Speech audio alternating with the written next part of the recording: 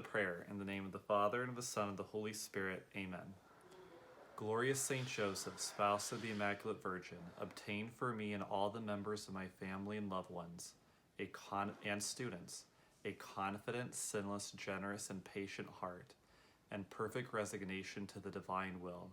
Be our guide, Father, and model throughout life, that we may merit a death like yours in the arms of Jesus and Mary. Help us, Saint Joseph, in our earthly strife, to fulfill our responsibilities and ever to lead a pure and blameless life. Amen. In the name of the Father, and of the Son, and the Holy Spirit. Amen. Today, we will do section 7.4, dimensional analysis. Example 1. Use dimensional analysis to rename each unit of measure. In this problem, it's asking us to figure out how many yards 144 inches is.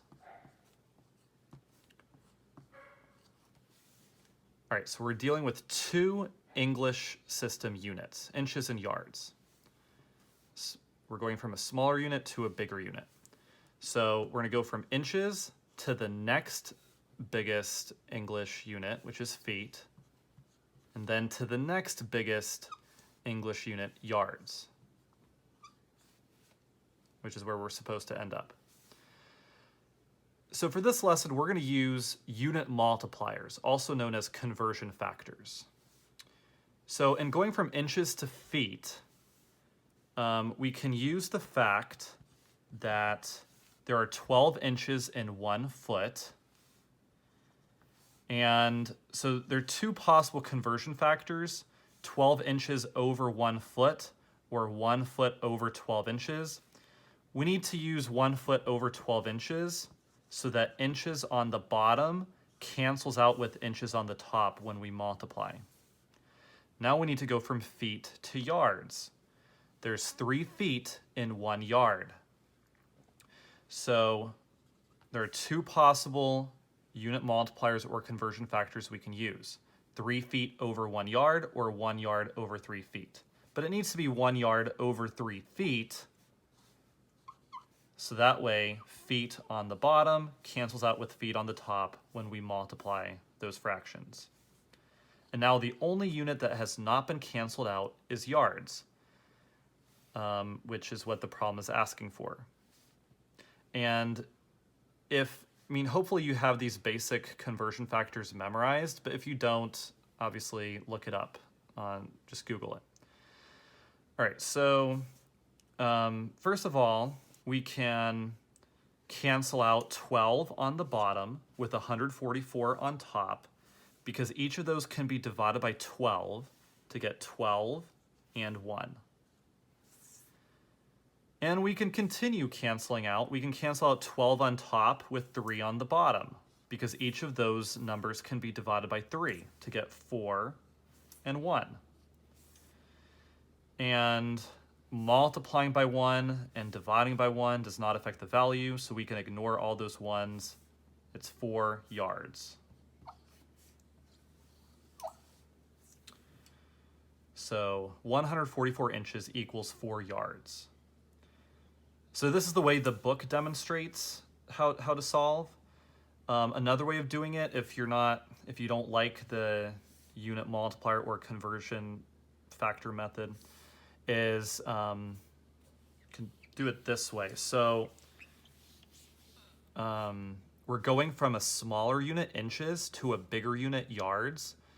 So remember, a smaller number of bigger units can fit in the same amount of space as smaller units. So you divide to make the number smaller when you go from a smaller unit to a bigger unit. So there's 12 inches in 1 foot, so you do 144 divided by 12, and then 3 feet in 1 yard, so divide by 3. 144 divided by 12 is 12. 12 divided by 3 is 4. So you can get to the answer that way. That's a little shortcut. All right, next example problem. Example 2. How many inches 440 yards is? Sorry, excuse me. Let's figure out how many meters 440 yards is. So this is a little trickier because we're going from an English unit, yards, to a metric unit, meters. So we need the English to metric system bridge, which is centimeters to inches. Just memorize that. If you're converting from a metric unit to an English unit, the bridge is the other way around, inches to centimeters. Okay, so we're starting with yards. And the next, so we need to go from yards to the beginning of the bridge, centimeters. Oh, I'm sorry. We're going from English to metric, so it needs to be inches to centimeters, the other way around. Sorry about that. Inches to centimeters. Okay, so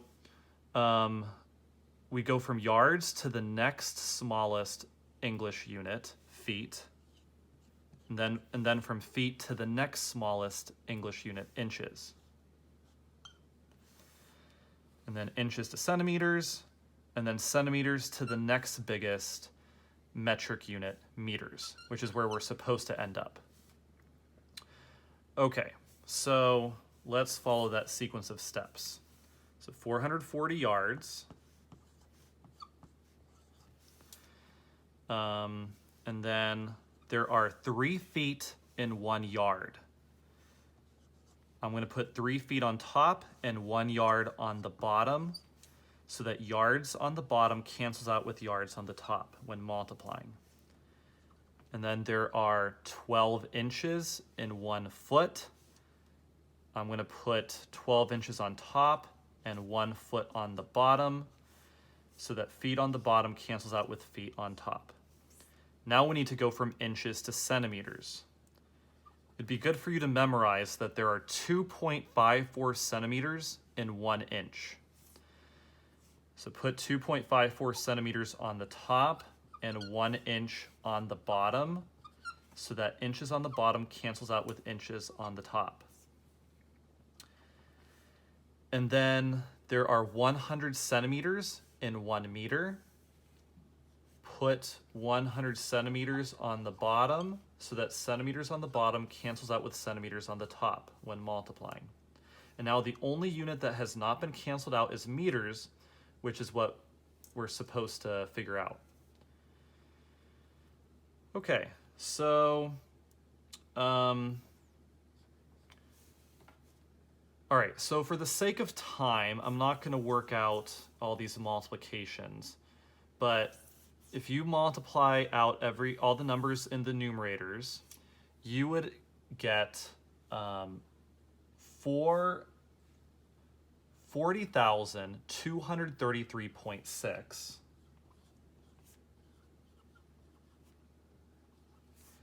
And then if you multiply out the numbers in the denominators, you would get 100 meters. Okay, so anytime you divide by 1 with the zeros after it, you move the decimal point to the left to make the number smaller. And 100 is 1 with 2 zeros, so you move the decimal point 2 places to the left. If I was multiplying by 100, I would move the decimal point 2 places to the right. So moving it 2 places to the left, it's 402.336 meters is equal to 440 yards. If you don't like using unit multipliers, you can use the shortcut of just remembering that anytime you go from a bigger unit to a smaller unit, you multiply to make the number bigger, because more smaller units can fit in the same amount of space as bigger units. And then, yeah, so times 3 when going from yards to feet, times 12 when going from feet to inches. And then remember, anytime you go from a smaller unit to a bigger unit, you divide to make the number smaller, because a fewer number of bigger units can fit in the same amount of space as smaller units. So going from centimeters to meters, a smaller unit to a bigger unit, you divide by 100. Okay, Let's go to the next example problem. We've been dealing with distance measurements. Let's deal with units of volume now. So let's figure out how many fluid ounces 4.75 quarts is.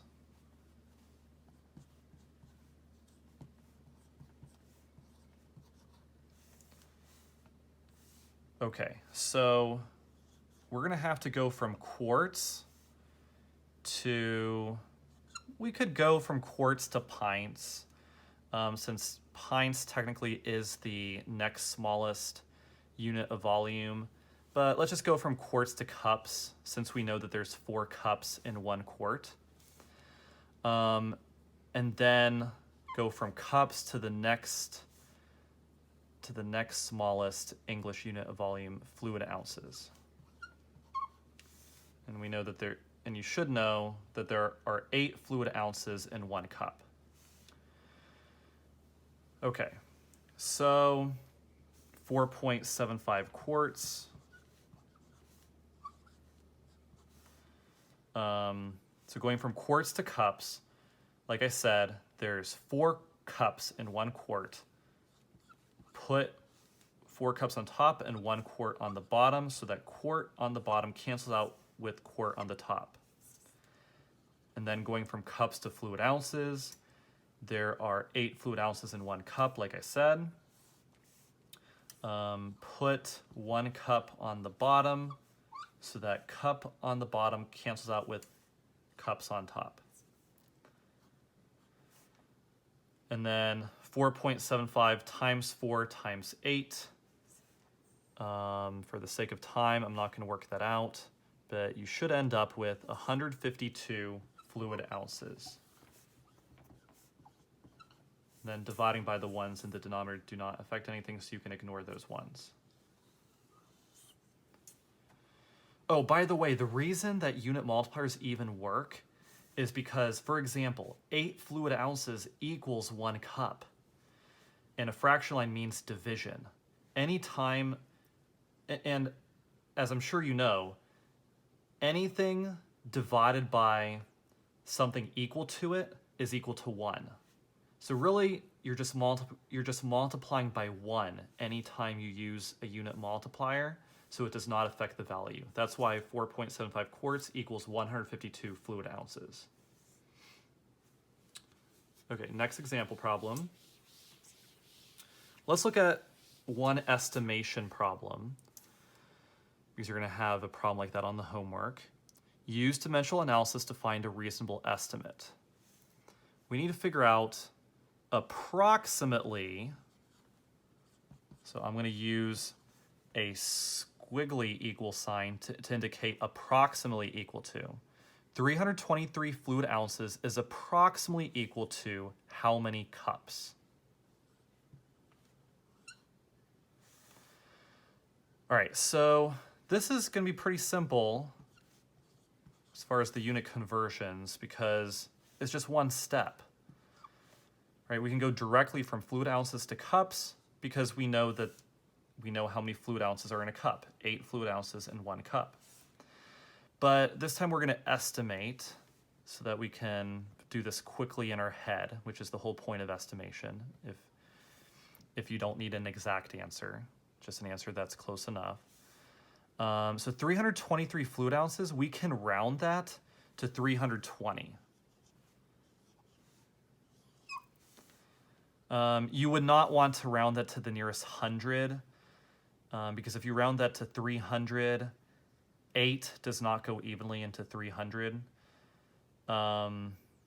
So you're not going to be able to solve it quickly and easily, which is the whole point of estimation. But if you round it to 320 to the nearest 10, 8 does go evenly into 320. So you will be able to get a good quick estimate in your head. Okay, so 300, and this time let's not use unit multipliers. Let's use the shortcut this time instead of the method the book uses. So we're going from a smaller unit, fluid ounces, to a bigger unit, cups, so we divide. And there's 8 fluid ounces in a cup. So do 320 divided by 8. 8 goes into 32 4 times. There's a 0 at the end of the first number in the division problem, so we need a 0 at the end of the answer in the problem. So 40 cups is approximately equal to 323 fluid ounces.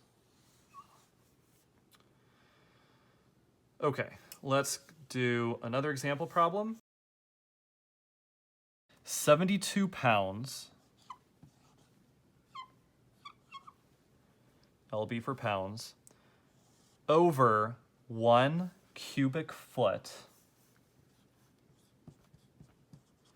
is equal to X tons over 1 cubic yard. So we're solving a proportion, 2 equal ratios, or 2 equal fractions, in other words. Okay, in order to be able to solve this easily, we need to have the same units on both sides of the equal sign. So first of all, let's figure out how many cubic feet is in 1 cubic yard. Well, we know there's 3 feet in 1 yard, so we can replace 1 yard with 3 feet. So one yard cubed, 1 cubic yard is 3 feet cubed. 3 to the 3rd power, that's 3 3's multiplied together, 3 times 3 times 3 is 27. So that's 27 cubic feet in 1 yard. Right, you gotta remember you're dealing with 3 dimensions, length, width, and height for cubic units, which are used for volume. So that's why 3 gets multiplied 3 times. That's another way of thinking of it.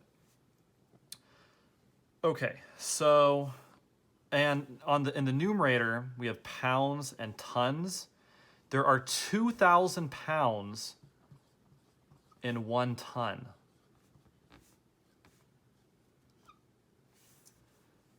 So we need to figure out how many, since we're trying to figure out, since we have 72 pounds and then X tons, let's convert 72 pounds to tons. So we're going from a smaller unit pounds to a bigger unit tons. So we need to divide by 2,000. So 72 pounds divided by 2,000. You can use a unit multiplier if you're more comfortable with that method. Let's simplify this by dividing both the top and bottom by 2. So that's going to be 36 over 1,000. And now it's easy to convert it into a decimal. That's going to be 0.036. First decimal place is the 10th place, second decimal place is the 100th place, third decimal place is the 1,000th place, which we need to end up at because we have 1,000 in the denominator. Okay, so now let's rewrite this proportion with our new numbers and units. So 72 pounds is 0.036 tons. And then we have 1 cubic foot,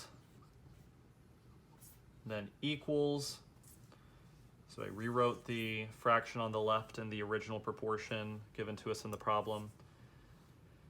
And then we have X tons, and 1 cubic yard is 27 cubic feet. So now I just rewrote the fraction on the right in the original proportion given to us in the problem. Okay, so we have the same units on both sides of the equation. So 1 cubic foot times 27 is 27 cubic feet. Since these are equal fractions, and the bottom got multiplied by 27, to balance it out, the top must also be multiplied by 27.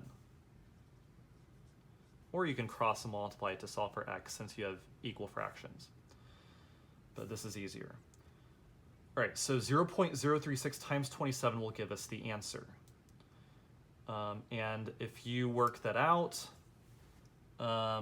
you are going to get, just for the sake of time, I'll just tell you what the answer you would get if you multiplied out. It would be 0.972 equals x.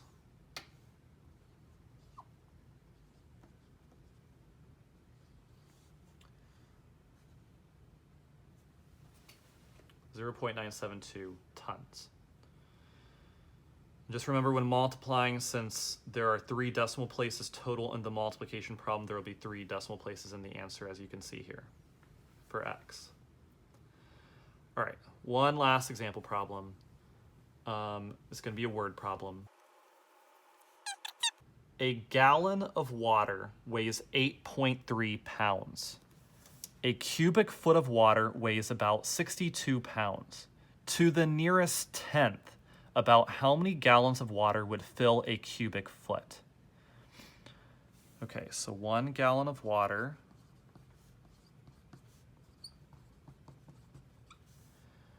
weighs 8.3 pounds.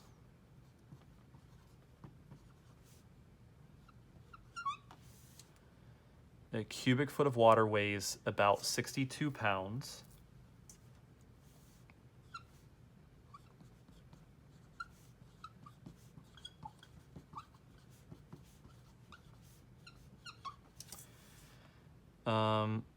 To the nearest tenth, about how many gallons of water would fill a cubic foot? So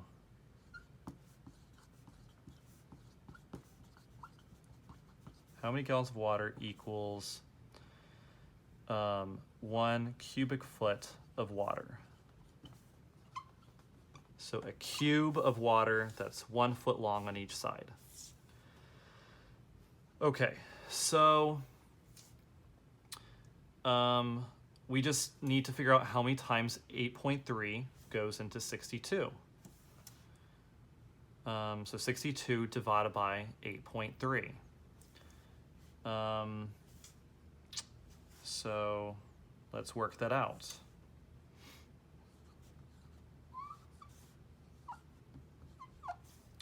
This time I am working it out instead of telling you the answer, because dividing by a decimal can be a little tricky, so I think it's good for us to review that really quick. So the number on the outside cannot be a decimal number, so move the decimal point to the end of the number, 1 place to the right to balance it out. Do the same thing to the other number. If there's no decimal point, put it at the end of the number. Put as many zeros as you need, so 1 place to the right. So we have 620 divided by 83. Okay, so 83 can be rounded to 80. 8 goes into 62 7 times, so 83 probably goes into 620 7 times. In fact, it does. 7 times 83 is 581. Then subtract, that's going to be 39. Put 0.0, bring down the 0. 83 goes into 390. Let's see, well, 8 goes into 39 4 times, so 83 probably goes into 394 times, and it does in this case. So 4 times 83, that's 332. We're rounding to the nearest tenth, or the first decimal place, but we need to know what the next decimal place is to know whether to round up or down. 390 minus 332 is 58. Then bring down the next digit. 83 goes into 580.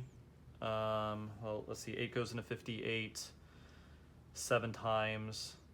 But actually, 83 goes into 586 times. And then rounding that to the nearest tenth, or 1 decimal place. Since the next digit, 6 is 5 or above, you round up and you make it 7.5. So about 7.5 gallons of water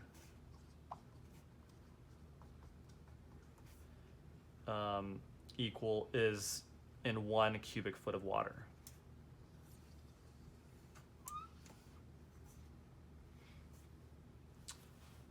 And Thus concludes section 7.4, dimensional analysis. Thank you.